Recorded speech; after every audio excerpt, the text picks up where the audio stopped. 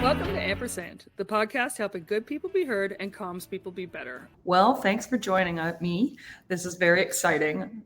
You are both good friends of mine and both very, very smart, wonderful women. So I'm very much looking forward to our conversation today.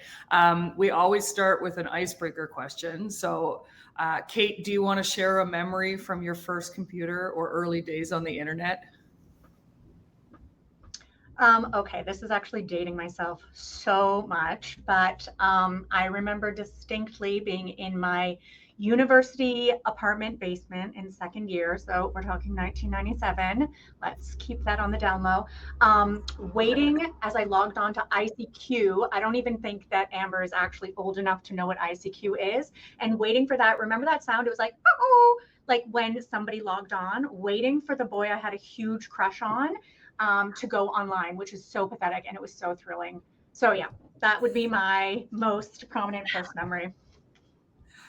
So I, as we know, we are very similarly aged, if not exactly the same age. I also was addicted to ICQ. What was your screen name? Do you remember? I don't, but it was something so pathetic. It was something so ridiculous, like Sweet Cheeks 29, blah, blah, blah, or something horrific like that. Like, oh, just the memories of how just unbelievably sad I was in my late teens is still hurts. I'm glad my camera isn't working right now because I'm blushing intensely. I was obsessed with Tank Girl, so all of my nicknames had tank in them. So I'm pretty sure everyone thought I was a large man. Amber, what about you? What's your early memories? Make us feel old. Well, in 2003, 13-year-old Amber in the small town of Qulliit, I was introduced to like, hey, you should get an email. I was like, what's that? And I'd take turns at the community hall with my friends on logging into our emails to see if who emailed us today. And often I get an email from my crush too. I was like, oh, he sent me a note. I love that all of our stories are about like dating online or waiting for boys. I discovered MSN, and then times have changed. Damn it, we're no longer waiting for them. Okay, now to get into the more serious stuff. You're both from Qulliit, which is the status of women in Nunavut. And so we're talking a bit about trauma-informed communications. And I'm just wondering, obviously we're in the 10th year of the TRC. How do you think, Kate, trauma-informed communications practices have changed in the last decade? So for me, I think that living and working in Nunavut is completely different than anywhere else in the country. And we really have to recognize that because we recognize the distinct needs of Inuit. And I don't think that there's a single Nunavut Inuk who hasn't experienced trauma, whether it's firsthand or intergenerationally or vicariously. So for me, as a settler and a visitor to Nunavut, I think the most important thing has always been to listen.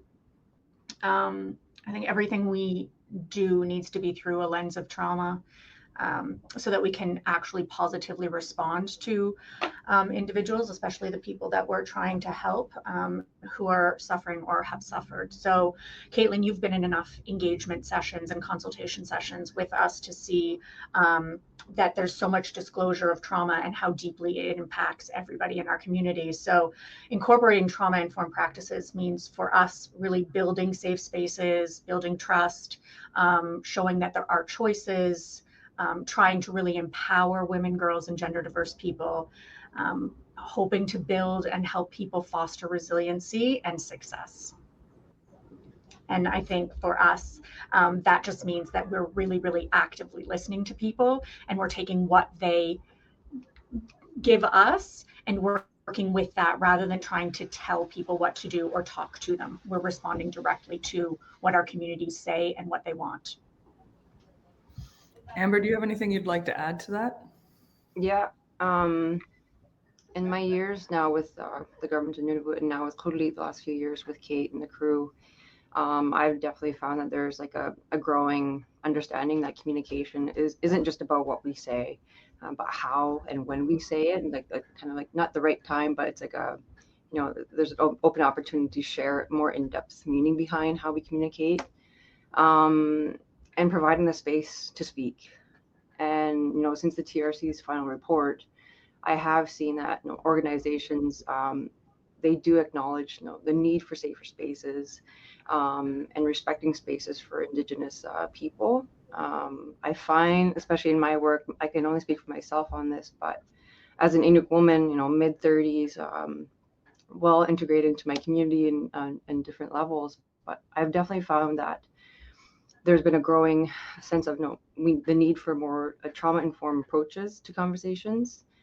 It's shifted from being optional to being extremely essential, and especially related to residential schools, intergenerational trauma, the healing aspects of our history, and just emphasizing on how people listen deeply, and a huge major shift in practicing consent and storytelling, and respecting people's boundaries and how we share stories. Yeah, those are all really good points, and all, I think, some of it might have existed pre-TRC, but I guess a light was shed during that in the national inquiry. Can I just add on that really quickly? Oh, of course. Yeah, I just wanted to also say, like, we really take language and culture very, very seriously in terms of actually taking our cues from our communities. So we know that a lot of our community members are unilingual or Inuktitut first speakers. So we really do everything we can to have interpretation on site. And then we also always have culturally safe counseling and or elders on site to be able to help people feel more safe when they're opening up. So I think that is integral to everything we do, and we really have to make sure that is always, always happening. Yeah, I mean, language is such an important piece of all of this, and especially when you're thinking about keeping culture and community and traditions alive. When it comes to gender equity, because that's what we've been working on collectively, what are some of the gaps and challenges that you still see? I know there's a special case in Nunavut that we can talk about, obviously. So this isn't about gender equity. Just first of all, I'll get into that. But first, I still see just such a huge misunderstanding and misrepresentation around the distinction of Inuit, especially with the federal government. There are so many times when we deal with the feds and they attempt to put First Nations tradition and ceremony into events here in Nunavut. Honestly, it's still shocking sometimes how little people know about Inuit when they come here, especially from some of the departments like ISK and Northern Affairs and that kind of thing. So I think that's a huge challenge we see outside of gender equity, just in terms of making sure that people understand what's happening in the North. But across the board, I think that there's still an intense power struggle between sexes in a traditional sense, one where we see a lot of women in the position of doing it all, and I'm using air quotes here, thriving, but actually doing it, succeeding in professional, personal, friendship, all of those kinds of areas and those circles, while a lot of men have lost their traditional roles in terms of that survival and protector of their families, and it's causing struggle, pain, and a loss of purpose and stuff. So I think that there is a lot of gender inequity in that men are resentful of women for that, while still expecting them to do kind of the behind the scenes roles, as well as now that not necessarily recognizing people as equal a lot of the time. I don't think that's just here in Nunavut. I don't think that that's anything that's not happening anywhere else, but we are seeing that in our communities. I don't know if you want to talk to that at all, Amber, or if you have different thoughts. Yeah, a few of my notes here, and everything that you just spoke on, like I completely agree on all those issues, because especially myself being an Inuit woman, with 3 brothers growing up, it was very different and difficult for me as the only girl in my family. So growing up, there was definitely I was kind of shadowed by my mom, and then my brothers always told my dad. But over time, like as I became an adult after graduating high school and becoming a mother myself, there's definitely that huge, barrier between, how I grew up compared to like what our whole community was trying to thrive on. Was we are trying to shift from that colonial system that was kind of forced upon us, and trying to regain and continue strengthening, the men in our community and our families. And now, in, today for me, like being a mother to a son, I'm showing that we both can do this. We both can strengthen both our identities as men and women. And I think that that's one of the biggest challenges, is that it often gets treated as a universal issue, but the reality is that Inuit women and gender diverse people experience unique barriers that are compounded by the colonial systems that were forced on us. And it makes it hard to advocate effectively when there's that barrier, and that lack of understanding, even within our own communities, that we are still learning. We are still trying to kind of like rebuild those bridges between the gaps that were that kind of came to fruition because of these systems. And there's also a real gap in culturally relevant services. And on top of that, violence against Indigenous women and girls, it does remain an ongoing crisis. And the solutions that that we are trying to be a part of, the communication, the discussions, the decision making. We want to emphasize. I want to emphasize that it's not a one size fits all. It's very unique to our small communities that are isolated, that don't have immediate services like the South. And I just find that the data collected over the years, like there's a very misunderstanding that it's a very unique and special situation because of the system that was placed on us. Yeah, I do think that the difference between North and South, unless you've actually experienced a northern remote community, like you could talk about it, but I don't think you get it till you go there. Because it's so different. And people don't understand that you can't just necessarily walk to the doctor's office, or depending on what you need, what services you need, they're not always there, or they're fly in and fly out. Yeah. So I think all of those points are really interesting. Just to switch gears a little bit, how have you integrated the TRC's calls to action into your work and into your advocacy, and what is the influence that the TRC has had over Qulliit specifically? So I, as the executive director of Qulliit, sit on a number of working groups, particularly in healthcare delivery and access to justice, that are still 10 years later working to develop appropriate culturally competent training for lawyers, fly-in nurses, locum doctors, all that kind of stuff. So for us, this includes the legacy of residential schools and intergenerational trauma, Inuit traditions and community justice, Inuit Crown relations. And this has to be obviously really deeply rooted in trauma-informed practices and cultural competency, Inuit human rights, anti-racism, that kind of stuff. But we also work a lot within the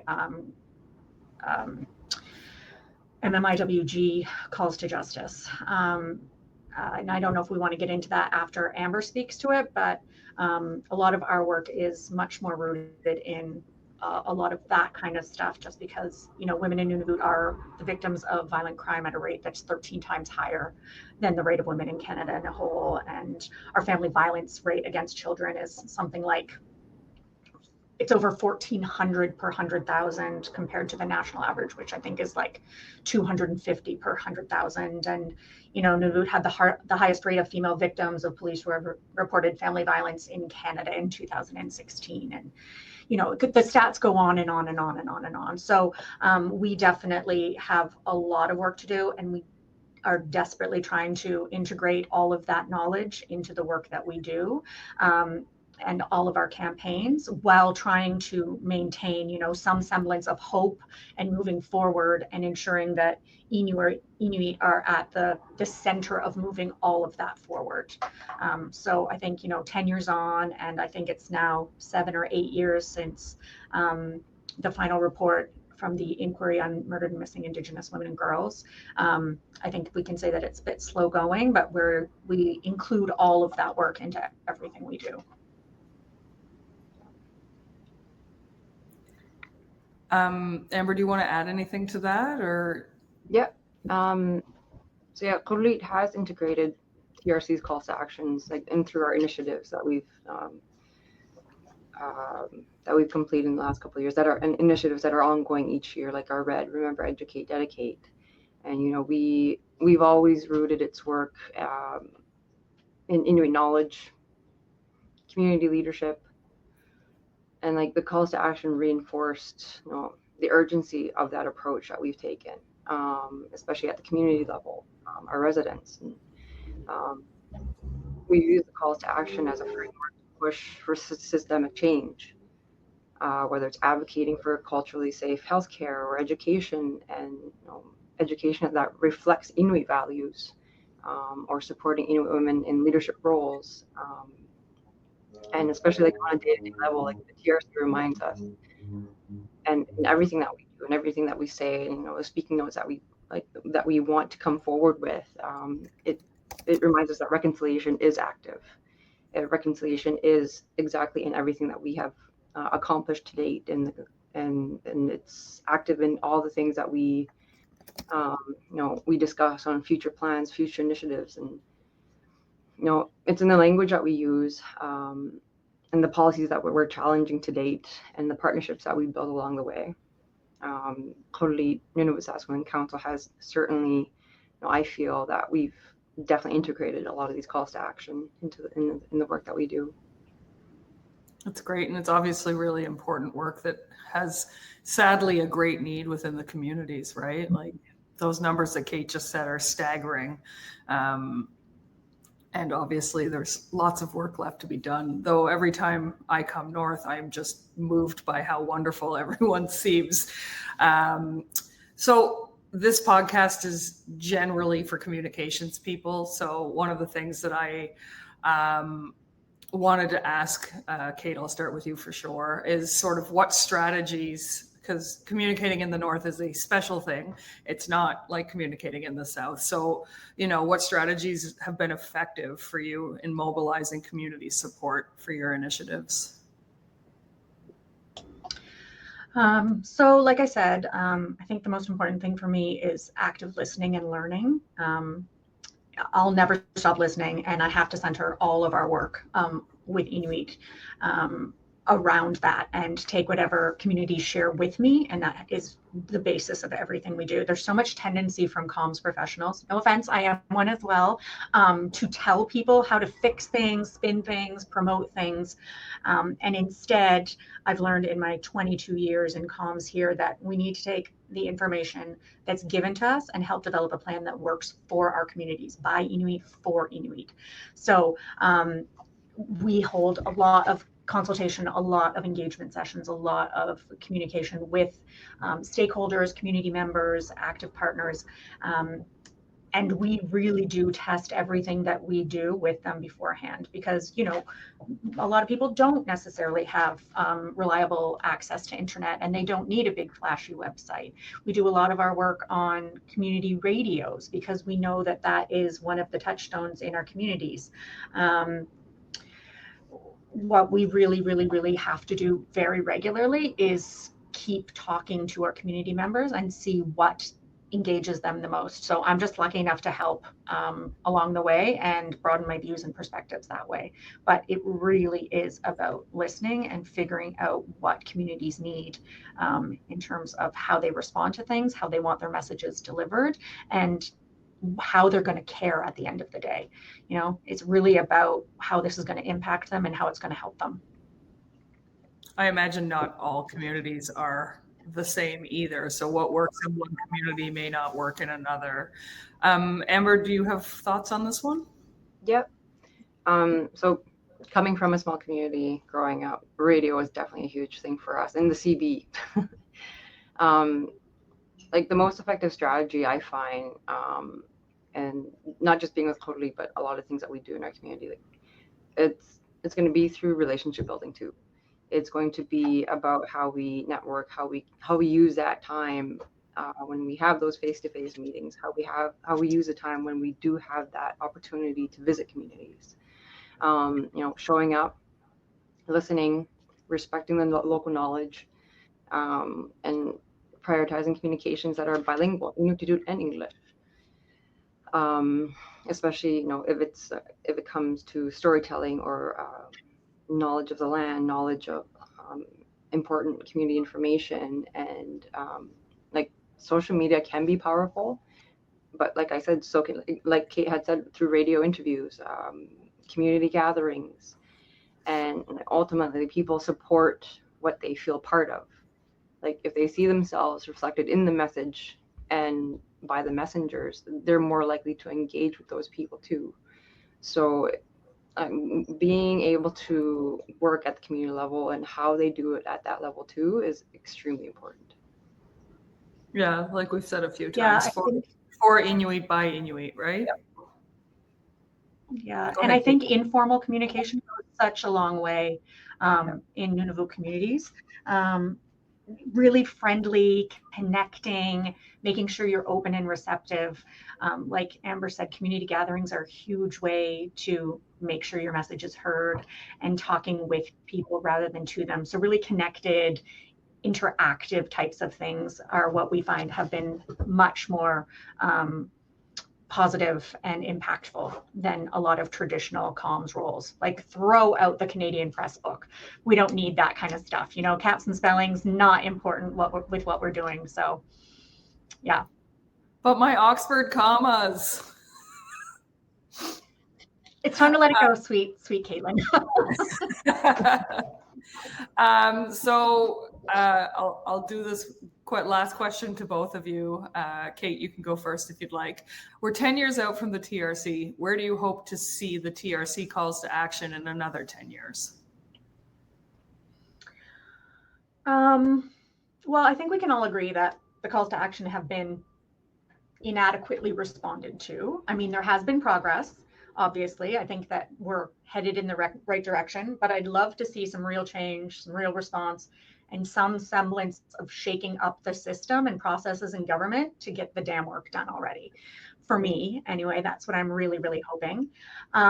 And this is kind of a personal gripe, but things like land acknowledgements, I'd love to see that there's some actual meaningful work and education being done in those few minutes instead of the hollow words that are kind of bordering on insulting at this point. Like, let's take that time in those resources. I know they're only a few minutes at the beginning of each meeting, but let's have, I don't know, an elder talk about something that happened to them. Let's have real connection with the land that is unceded and that we're not supposed to be on. Let's figure it out and actually create education around that kind of space. Yeah. What, the king reading a land acknowledgement last week wasn't enough for you in the speech to the throne? Oh, gosh, no, definitely not. Amber, how about you?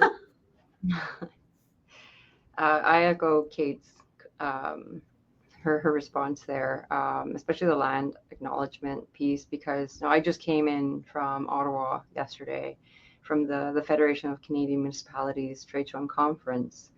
And there were mayors, councillors from all over Canada, CAOs and SAOs, and a lot of the plenaries and the sessions and discussions that I attended, they all did in fact do a land acknowledgement, but a lot of them were very poorly done, extremely poorly done. Like I looked at my fellow councillors that came down with me, I'm like, really?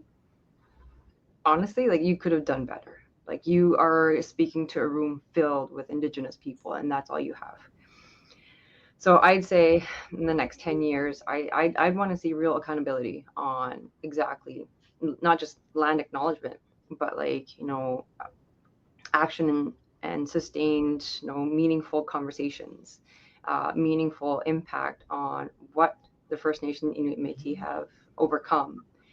And like Kate said, maybe have an elder speak for like maybe 5-10 minutes. It's not a very long time. And, they're not going to be around for a long time. And that's a lot of important oral history right there in the room that is willing to share. And, just being able to provide that space for them, and to see Inuit-led programs and having our elders part of those programs. And, they create such a supported long-term effect, especially for the next generation. And I'm raising the next generation, in my own home right now. And it's to ensure that our children are very much prepared to have these conversations in 10 years or so. And they're growing up very, very fast. And I just want the call to action, it shouldn't feel like a checklist. And I want it to be woven into the fabric of every institution that represents and serves Indigenous people all over Canada. Because Indigenous people not just deserve that, they've earned it. They've earned that right to have that, the same services that the rest of Canada receives. Well, that's it for this week's episode of Ampersand. Thanks for joining us. For more comms and design tips, sign up for our newsletter at m-agency.ca and follow us on your favorite podcasting app so that you don't miss our next episode. Ampersand is hosted by Meghana Ramaswamy and me, Caitlin Keeley, and it's produced by Elio Peterson. This podcast is a project of M-, the small agency focused on big impact helping progressives be heard.